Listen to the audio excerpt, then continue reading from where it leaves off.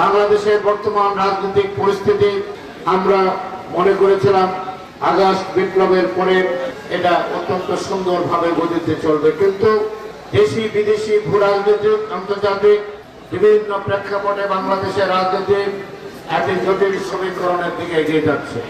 এজন্য সমগ্র জাতিকে সজাগ থাকতে হবে। জুলাই আগস্টের যে গণঅভ্যুত্থান, এই গণঅভ্যুত্থানও আমাদের প্রিয় সেনাবাহিনী, দেশপ্রেমিক সেনাবাহিনীর ঐতিহাসিক ভূমিকা পালন করেছে। সেনাবাহিনী যদি সেদিন জনগণের বিরুদ্ধে দাঁড়াতো, জেনারেল ওয়াকার যদি দাঁড়াতো, তাহলে বাংলাদেশে আরো হাজার হাজার লক্ষ লক্ষ মানুষ মৃত্যুবরণ করত। কিন্তু 90-এর গণঅভ্যুত্থানের মতো সেনাবাহিনী সেদিন যেভাবে পুলিশ, আওয়ামী গুন্ডারা, অন্যান্য বাহিনী মানুষের উপর নির্বিচারে হত্যা করেছে, সেনাবাহিনী সেই পক্ষে দাঁড়ানে সেনাবাহিনী শেখ হাসিনাকে দেশ থেকে বাধ্য করেছেন, আওয়ামী লীগকে ক্ষমতাচ্যুত করতে বাধ্য করেছেন। সেজন্য আমরা সেনাবাহিনীকে অভিনন্দন জানাই।